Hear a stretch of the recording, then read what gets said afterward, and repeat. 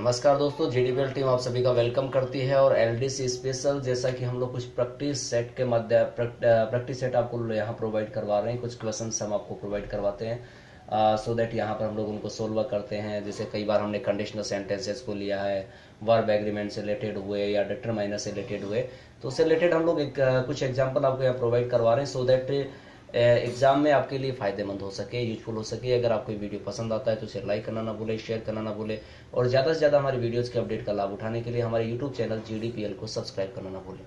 तो गाइज अगर बात करें, देखिए तो यहाँ पर हमने आज वाले जो वीडियो है इसमें कुछ एग्जाम्पल लिए हैं, डिटरमाइनर से रिलेटेड लिए हैं, जो आपके टॉपिक भी है।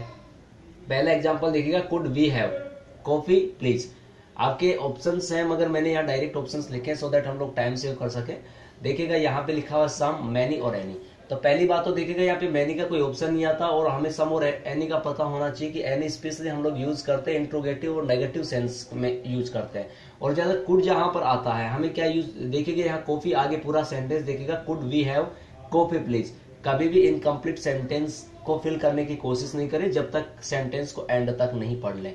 तो यहाँ पर बेटर वर्ड कौन सा है, यहाँ पर क्या आ जाएगा, could we have some coffee please. Okay, फिर अगला है द एजेंट हैज आस्क्ड। फिर यहाँ पे स्पेस दे रखा है और हमें ऑप्शन दे रखे ईच और फ्यू, किंतु सबसे पहले हम पढ़ेंगे क्वेश्चंस को कंप्लीट। तो the agent has asked of a fill in the blank of his customers to give money. तो देखिएगा यहाँ फ्यू का कोई लेना देना नहीं है, यहाँ पर क्या है ईच, क्या आ जाएगा हमारा ईच, यानी कि प्रत्येक कस्टमर से टू गिव मनी। ठीक है, फिर अगला आई एम सॉरी आई हैव।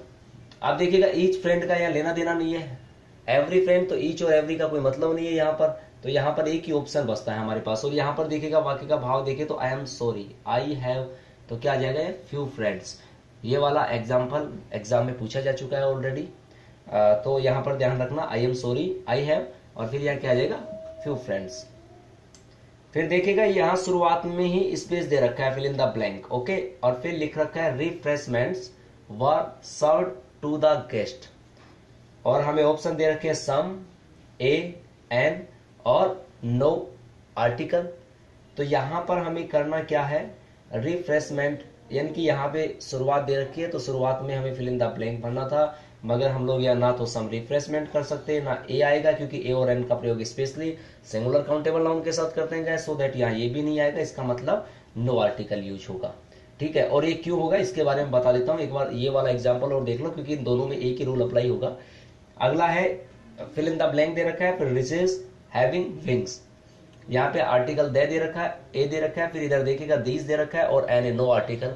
तो यहाँ पर हमें यूज क्या करना है, यहाँ भी नो आर्टिकल यूज होगा।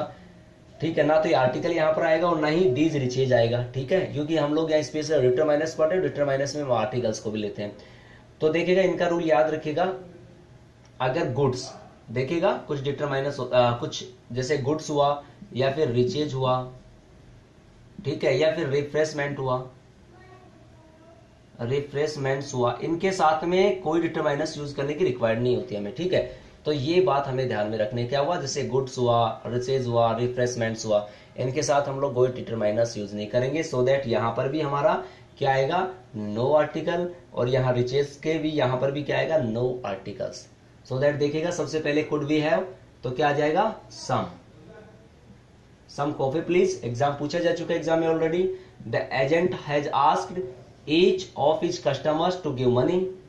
आई am sorry I have few friends, exam में पूछा जा चुका है, क्योंकि काफी सारी हमारे जो भी एग्जाम होते हैं इनमें रिलेटेड क्वेश्चन ये वाला काफी बार अलग अलग एग्जाम में पूछा जा चुका है, ये वाला एग्जाम्पल भी पूछा जा चुका है।